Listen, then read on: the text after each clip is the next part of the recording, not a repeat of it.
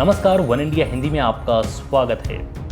15 जून को लद्दाख सीमा पर हिंसक झड़प के बाद से ही भारत और चीन के बीच तनातनी और बढ़ गई है, जिसके बाद से भारतीय सेना पूरी तरह से अलर्ट है और चीन को उसी की भाषा में जवाब देने के लिए भी पूरी तैयारी के साथ बॉर्डर पर डटी है।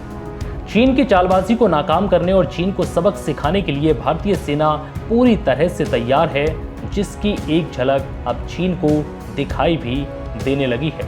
और ये झलक चीन को बताने के लिए काफ़ी है कि भारत अब हर परिस्थिति में चीन को मात देने में पूरी तरह से सक्षम है। वहीं अब लेह में भारतीय सेना और वायुसेना ने साझा युद्धाभ्यास किया। इस युद्धाभ्यास में फाइटर और ट्रांसपोर्ट विमान शामिल हुए।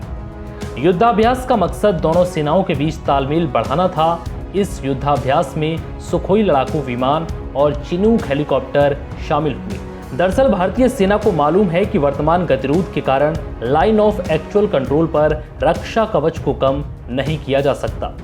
अब भी गलवान घाटी, पेंगोंग झील और दौलत बेग ओल्डी इलाके में चीनी सेना की तैनाती पहले जैसी बनी है।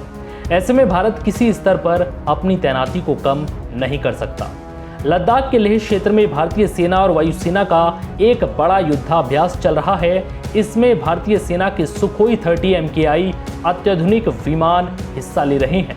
साथ ही सेना की रसद सामग्री और सिपाहियों को तेजी से एक जगह से दूसरे जगह ले जाने के लिए हरकुलिस विमान और अलग अलग मालवाहक विमान भी हिस्सा ले रहे हैं।